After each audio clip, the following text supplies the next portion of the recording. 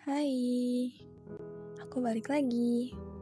Ya, kali ini aku bawain cerita lagi yang mungkin maaf banget aku belum bisa berbagi hari ini karena jujur aku bingung ya sama keadaan yang sekarang.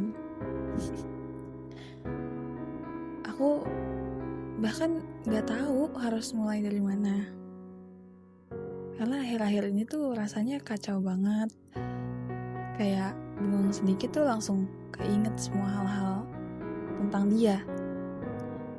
Hal-hal kecil yang seharusnya biasa aja, sekarang malah jadi pemicu. Dan yang paling capek itu bukan nangisnya, tapi nyalahin diri sendiri terus-terusan.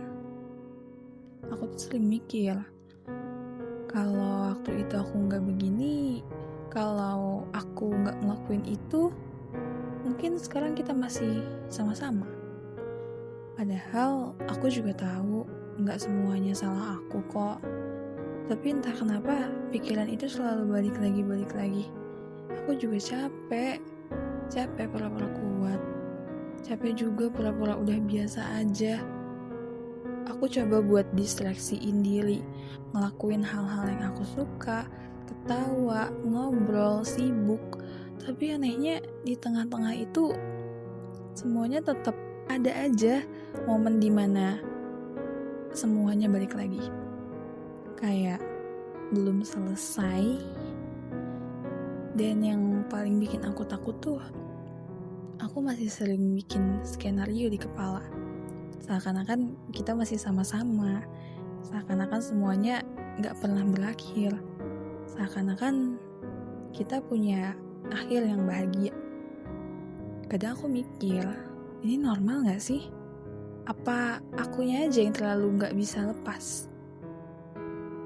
Karena jujur ya, aku juga gak tahu ini bakal berakhir kapan. Aku gak tahu kapan aku bisa bangun tanpa ngerasa sesak. Aku gak tahu kapan aku bisa dengar namanya tanpa ngerasa hancur sedikit pun. Tapi di tengah situasi semua itu, aku masih di sini, masih berusaha jalan, walaupun pelan banget. Dan mungkin ini bukan tentang seberapa cepat aku lupa, tapi tentang bagaimana aku belajar hidup. Meskipun masih ingat, kalau kamu lagi ngerasain hal yang sama, aku cuma mau bilang, kita gak sendirian.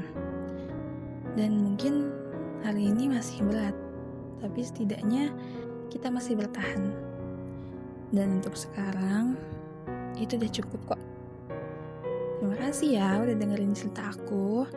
Semoga suatu hari nanti kita bisa benar-benar bilang, aku udah gak apa-apa. Bye-bye.